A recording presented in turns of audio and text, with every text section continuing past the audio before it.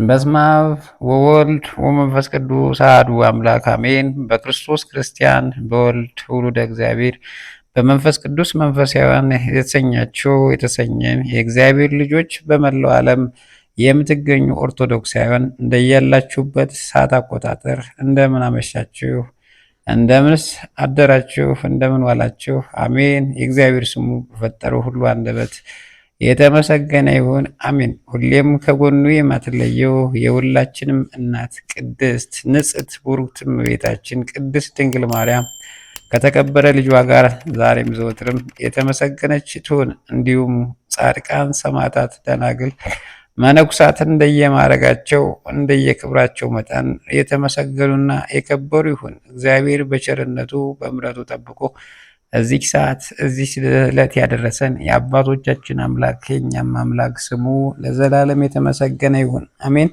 እግዚአብሔር የጅማሬም የፍጻሜም ባለቤት እሱ ነውና እግዚአብሔር አምላክ የዛሬው መጋቢት 8 ቀን ስንክሳርን ማንበብ እንጀምራለን። እግዚአብሔር የምናነብበትን የምንሰማበትን እዝነ ልቦና ይሰጠን ዘንድ የእሱ መልካም ፈቃድ ይሁንልን፣ አሜን። በስመ አብ ወወልድ ወመንፈስ ቅዱስ አሐዱ አምላክ አሜን። አንድ አምላክ በሚሆን በአብ በወልድ በመንፈስ ቅዱስ ስም በዚህች ዕለት የእንዴናው መኮንን ቅዱስ አርያኖስ በሰማዕትነት አረፈ። ይህም እንዲህ ነው። የከበሩ ፊልሞናና አብላኒዮስ በእርሱ እጅ በሰማዕትነት ከሞቱ በኋላ እሱም በስቃይ ውስጥ ሳለ ከአማንያን አንዱ ከቅዱሳን ከደማቸው ወስደህ ዓይንን ብትቀባው በዳንክ ነበር አለው። ያን ጊዜ ከደማቸው ወስዶ ዓይኑን ቀባ። ወዲያውኑም ድኖ ፈጥኖ አየ። ከዛ በኋላ በቅዱሳን ላይ ባደረገው ክፉ ስራ ሁሉ በድንቁርናው ምሕረት የሌለው ስቃይን ስላሰቃያቸው ታላቅ ጸጸት ተጸጽቶ አዘነ። ተነስቶም ጣዖቱን ሰበረ። በክብር ባለቤት በጌታ በኢየሱስ ክርስቶስ አምኖ መምናንም ማሰቃየቱን ተወ። ዲዮቅልጥያኖስም ወሬውን በሰማ ጊዜ ጭፍሮቹን ልኮ ወደ እርሱ አስመጣው። በምን ምክንያት አማልክትን ማምለክ እንደተወ ጠየቀው። እርሱም በቅዱሳኑ ሰማዕታት እጅ እግዚአብሔር የሚሰራቸውን አስደናቂዎች ታምራትን ሊነግረው ጀመር። ሕዋሳታቸው እንዴት እንደሚቆራርጧቸው በየአይነቱ ሆነ ስቃይም ሲያሰቃያቸው ያለምንም ጉዳት ጤነኛ ሆነው ተመልሰው እንደሚነሱ ዲዮቅልጥያኖስ የታምራትን ነገር ስለነገረው ተቆጣ። ጽኑ የሆነ ስቃይንም እንዲያሰቃዩ ታዘዘ። ሁለተኛም ከጉድጓድ እንዲጨምሩት እስኪሞትም የጉድጓድ አፉን እንዲዘጉ አዘዘ። እንዲሁም አደረጉ። የክብር ባለቤት ጌታ ኢየሱስ ክርስቶስ መልአኩን ልኮ ከጉድጓድ አውጥቶ በንጉሥ ዲዮቅልጥያኖስ መኝታ ላይ አቆመው። ንጉሡም በነቃ ጊዜ አይቶ ደነገጠ፣ ፈራ። ማነህ አንተ አለው። እርሱም እኔ የእንዴናው ገዢ አርያኖስ ነኝ ብሎ መለሰለት። ንጉሡም ደንግጦ እየተንቀጠቀጠ በማቅ ጠቅልለው ከባህር እንዲያሰጥሙት አዘዘ። በባህሩም ውስጥ ነፍሱን በጌታችን እጅ ሰጠ። እንዲህም ሆኖ ቅዱሱ አርያኖስ ዘመዶቹና አገልጋዮቹ ሲሰናበታቸው እንዲህ ብሎ ነገራቸው። ለሥጋ እርሱ እንደሚያስብና ወደ አገረ ወደ እንዴናው እንደሚመልሰው በሌሊት ራእይ እግዚአብሔር አስረድቶኛል። እናንተም በእስክንድርያ ወደብ ሥጋዬን ጠብቁ አላቸው። ባሰጠሙትም ጊዜ ጌታችን አሳ አንበሬን አዘዘ። አንበሬውም ተሸክሞ ወስዶ በእስክንድርያ ወደብ አውጥቶ በየብስ ላይ አኖረው። አሽከሮቹ ከዚያ እየጠበቁ ነበር። ወደ አገሩ ወደ እንዴናው አድርሰው ከቅዱሳን ሰማዕታት ከፊልሞናና ከአብላኒዎስ ከስጋቸው ጋር በአንድነት ሆኖ አኖሩት። በረከቱ ከኛ ጋር ትኑር ለዘላለሙ አሜን። እዚችም ዕለት ደግሞ በአስቆሮቱ ወደ አፋንታ የተሾመ ከ12 ሐዋርያት አንዱ የሐዋርያው የማትያስ ዕረፍቱ መታሰቢያ ሆነ። ይህም ሰው ወደሚበሉ ሰዎች አገር ወደ ወንጌል ይሰብክላቸው ዘንድ በሄደ ጊዜ ወዲያውኑ ይዘው ዓይኖቹን አውልቀው አሰሩት። ምግባቸውም የመጻተኛ ሰው በድን ስለሆነ ልማዳቸው እንዲህ ነው። መጻተኛ ሰው ሲይዙ ዓይኖቹን አውልቀው በእስር ቤት ያኖሩታል። የያዙበትንም ቀን ይጽፉና 30 ቀን እስኪፈጸም ሳር ያበሉታል። እንዲህም ከዚያም በኋላ አውጥተው አርደው ይበሉታል። ሐዋርያው ማትያስም ታስሮ ሳለ 30 ቀን ሳይፈጸም በጌታችን ትእዛዝ ሐዋርያው እንድርያስ ወደ እርሱ ደረሰ። የአገሩ ሰዎች የሚሰሩትን ክፉ ስራ አይቶ አደነቀ፣ እጅግም አዘነ። እስረኞቹን ሁሉ አውጥቶ የአገሩ ሰዎች ወደ ማያዩአቸው ቦታ አኖራቸው። እነርሱ ግን ሁለቱም ሐዋርያት እንድርያስና ማትያስ ተገለጹላቸው። የአገሩ ሰዎች የያዟቸው በአንገታቸው ገመድ አስገብተው እስከ 3 ቀን በአገሩ ጥጋጥግ ጎትቷቸው። ሐዋርያት ስለዚች አገር ሰዎች ስለ ድህነታቸው ወደ እግዚአብሔር ጸልዩ። ያን ጊዜ ከወህኒ ቤት ምሰሶ ስር ውሃ አፈለቁ። ውሃውን ከፍ ከፍ ብሎ በሀገሩ ውስጥ እስከሚያጠልቃቸው ወደ ሰዎች አንገት እስከደረሰ እየበዛ ሄደ። በተጨነቁና ሕይወታቸውን ተስፋ በቆረጡ ጊዜ ወደ ሐዋርያት መጡ። በፊታቸውም ኃጢአታቸውን እየተናዘዙ አለቀሱ።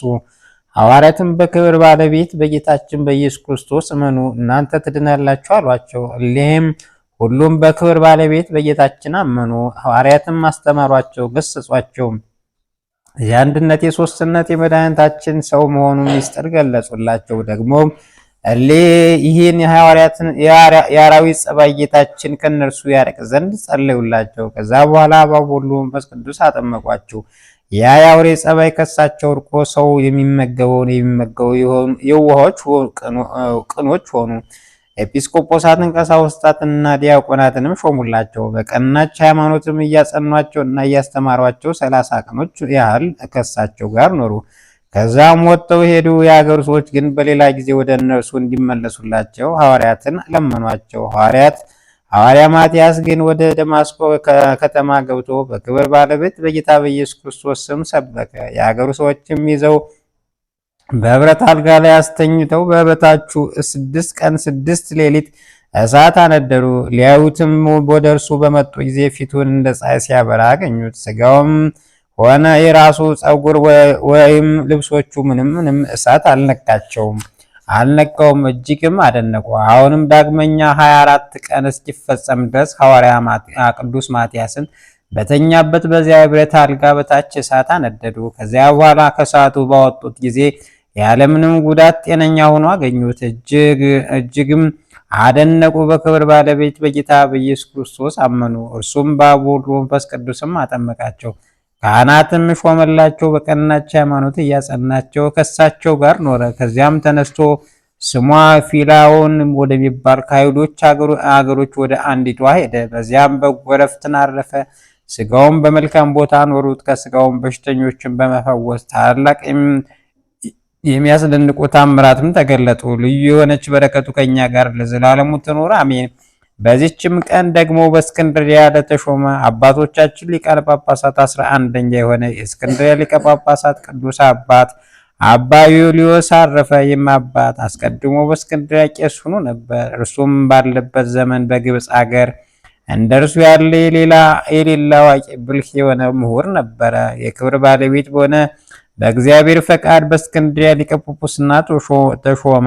ብዙዎችን ድርሳናትና ተግሳጣትን ደረሰ።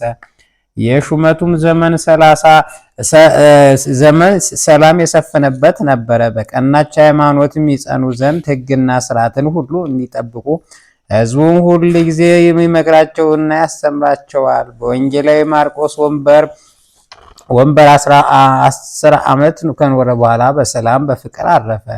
በረከቱ ከኛ ጋር ለዘላለም ትኑር አሜን። ጌታ ሆይ ከብልጽግናቸው ብዛት የተነሳ ብዙ መባ ካገቡት ይልቅ የዳይቱን አነስተኛ መባ እንደተቀበል ለሁል ጊዜ የሚያገለግሉን ኃይላዊት መላእክት እያሳሰቡ በችግር ጊዜ ማቀርብ ምስጋና ተቀበል። እናንተ ቅዱሳን ነቢያት፣ የወንጌል ሰባኪያን ሐዋርያት፣ ሰማዕታት፣ ጻድቃን፣ ትጉሃን መላእክት፣ ፍጹማን ደናግል እንዲሁም ደጋጎች መነኩሳት ልጅ አዋቂ ሳይል የምንሰበሰብበትን የጉባኤ ቦታ ባርኮ የመጽሐፍ ወረቀት አዘጋጅቶ ብራና ዳምጾ የጻፈውን ያጻፈውን ከግዕዝ ወደ አማርኛ የተረጎመውን ቃለ ንባቡን በእርጋታ መንፈስና በተመስጦ ሕሊና ያዳምጠውን በደለኛ ሁሉ የምታስምር የጌታ እናቱ ማርያም ጸሎት ኢየሱስ ክርስቶስ በአንድነት ይማረን። ኢየሱስ ክርስቶስ በአንድነት ይማረን። ኢየሱስ ክርስቶስ በአንድነት ይማረን ለዘላለሙ አሜን።